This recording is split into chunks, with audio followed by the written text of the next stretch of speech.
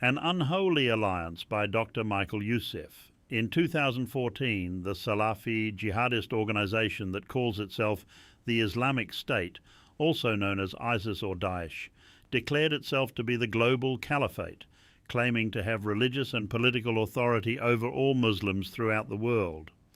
Most Muslims rejected this claim, and many Muslim nations, including Saudi Arabia, designated ISIS a terrorist organization. The year 2014 is also when ISIS began publishing the online magazine Dabiq, which it circulated on the deep web, websites that are not indexed by search engines. The title of the magazine comes from the town of Dabiq in northern Syria.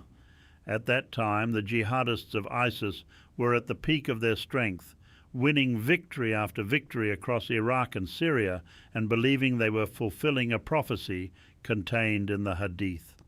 The last hour would not come until the Romans land at Al-Amaq or in Dabiq. An army consisting of the best soldiers of the people of the earth at that time will come from Medina to counter them. According to this Islamic prophecy, the armies of Islam fight and defeat the armies of the Romans, that is, European Christians, at Dabiq. This will take place during the Malahim time of fierce wars, leading up to the Yawm ad-Din, the Day Judgment.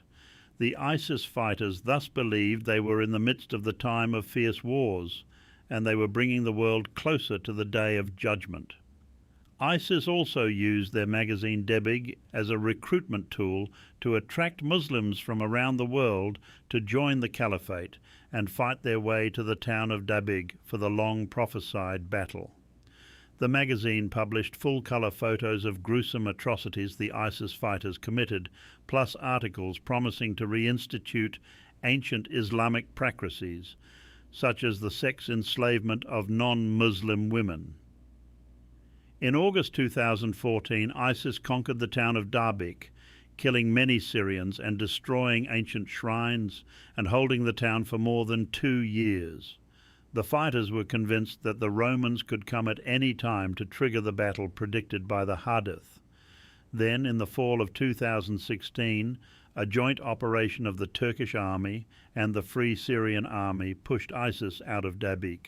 The surviving ISIS fighters were stunned to discover they had not fulfilled the prophecy after all.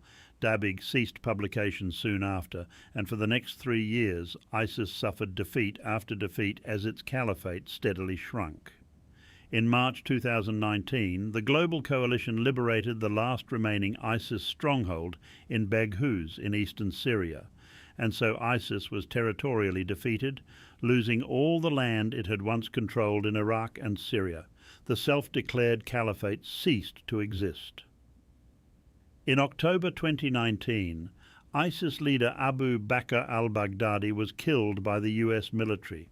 The prophecies in the Quran and the Hadith will never be fulfilled. They can't be because they contradict the prophecies of the Bible. As Christians, however, we know that many prophecies in the Old Testament have already been fulfilled. The birth of Jesus in Bethlehem, Micah 5:2, his suffering and death on the cross, Isaiah 53 and Psalm 22, his resurrection, Psalm 16:10, and even the 1948 re-establishment of the State of Israel, Ezekiel 36-37 and Isaiah 66:8, are all fulfillments of Old Testament prophecies.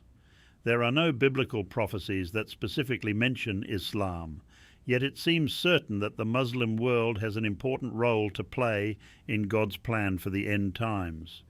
In fact, it's hard to imagine how the cataclysmic future events predicted in Daniel, Matthew, and Revelation could take place without involving the Islamic nations that encircle Israel. Let's explore the role that biblical prophecy seems to outline for the people of the Muslim world.